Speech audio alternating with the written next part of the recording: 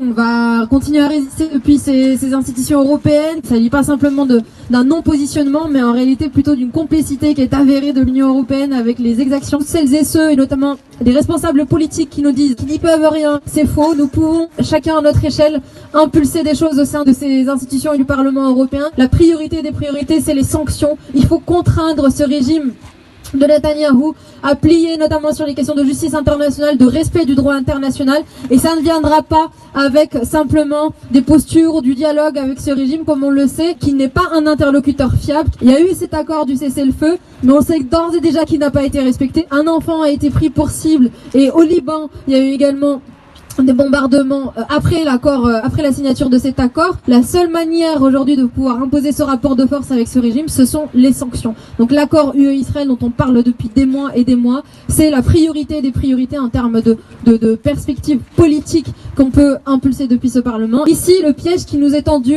qui consiste à se satisfaire de ce cessez-le-feu ou se satisfaire d'une assistance humanitaire, il faut exiger des responsables politiques européens positionnement qui soit politique et qui offre une perspective politique durable au peuple palestinien. Donc ça passe à minima et immédiatement par la reconnaissance de l'État palestinien, et on se retrouvera autant de fois que nécessaire pour porter ce combat le plus longtemps possible. Merci beaucoup.